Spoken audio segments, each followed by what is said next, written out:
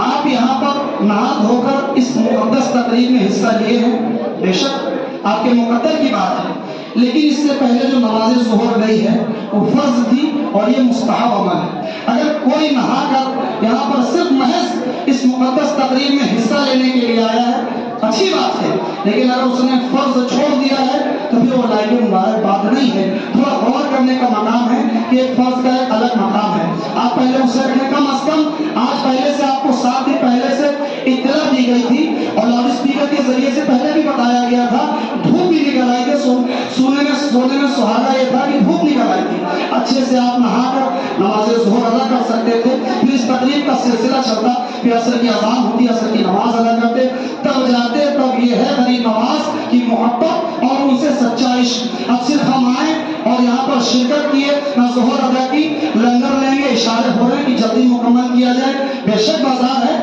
اثر بعد بھی بازار ہو سکتی ہے، لیکن اشارے ہو رہے ہیں کہ اسے مکمل کیا جائے، ہوگا کیا؟ اب یہ جلدی سے بن جائے گا۔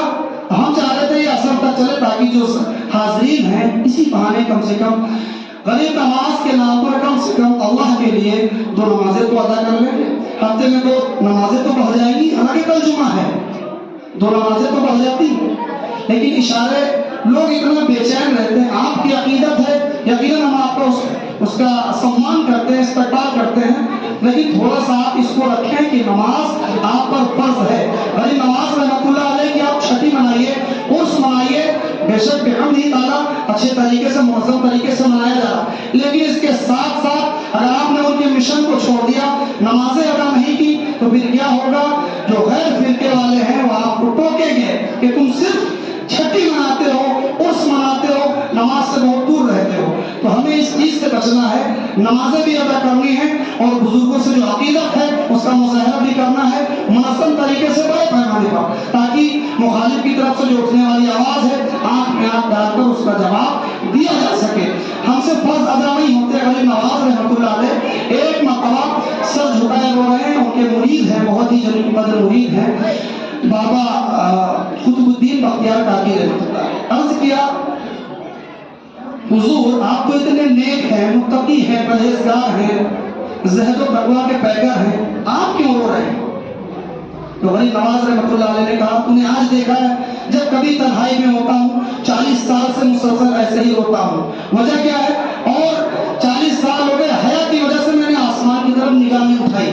ان کے لیے کرنا آسان تھا کیونکہ وہ اللہ والے تھے۔ آپ یہ نہ سوچے کہاں کی کہانی ہے، بھگول کیمسٹری کہاں کی کہانی سنا رہے، ایسا نہیں ہے، حقیقت ہے۔ اللہ والے ایسا کر گزرتے ہیں، جب وہ ٹھان لیتے ہیں ان کے ساتھ اللہ کی مدد شامل ہوتی ہے۔ فرماتے ہیں واقعہ کچھ یوں ہوا کہ عصر کی نماز کا وقت، عصر کی میری نماز قضا ہو گئی، عصر کی نماز چھوٹ گئی، سفر میں تھا اور میرے اندر یہ خیال آیا کہ اب وقت کم ہے، تو میں نے کوشش کی جلدی جلدی وضو بنایا۔ جلدی جلدی وضو بنانے میں نانا جان یعنی حضور علیہ السلام کی ایک سنت چھوٹ گئی۔ کیا چھوٹ گئی؟ ایک سنت چھوٹ گئی جو انگلیوں میں خلال کرتے ہیں، پیروں کی انگلی میں، تو خلال کرنے میں ایک انگلی کے جو ہم خلال کرنا بھول گئے، وقت کی قلت کی وجہ سے ایک سنت چھوٹ گئی۔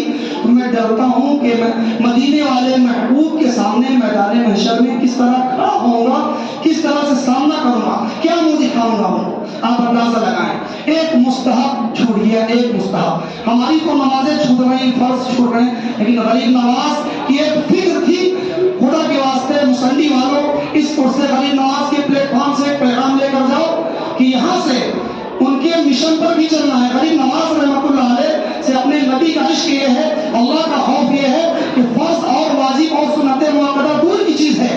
حضور علیہ السلام کی سنت ایک مستحب چھوٹ جاتا ہے تو کتنا ہوگا، ان کے اندر یہ فکر ہے اور حیا ہے کہ کس منہ سے میں سامنا کروں گا حضور کو، کیا میں منہ دکھاؤں گا حضور علیہ السلام کو، تو پھر کیا کیسے سامنا کروں گا۔ اسی حیا کی وجہ سے میں نے آج تک آسمان کی طرف دیکھا نہیں ہے، اور جب میں اکیلا تنہائی میں ہوتا ہوں اسی طرح مسلسل روتا رہتا ہوں۔ یہ غریب نواز رحمۃ اللہ علیہ کی زندگی۔ اگر ہم نے پیسے دیے ہیں، آپ کو مبارک ہو، اللہ آپ کو دنیا اور آخرت میں اس کا بہتر اجر عطا فرمائے گا۔ پیسے دینے کے ساتھ ساتھ آپ کو مسجدوں میں آنا ہوگا، اور غریب نواز نقطے پر غور کریں، غریب نواز رحمۃ اللہ علیہ کو ماننے کے ساتھ ساتھ، غریب نواز رحمۃ اللہ علیہ کو ماننے کے ساتھ ساتھ، غریب نواز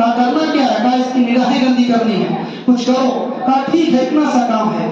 جاتی ہے، ہوشیار چالاک چتر لڑکی تھی، جاتی ہے، ساگر آپ نے دیکھا ہوگا، جاتی ہے اس میں ڈبکی لگاتی ہے، اور جب انسان، زبان حیا خاموش ہے، جب انسان پانی میں نہا لے، اوپر سے پانی ڈال لے، تو جو بدن کی رنگت ہوتی ہے وہ جھلکنے لگتی ہے۔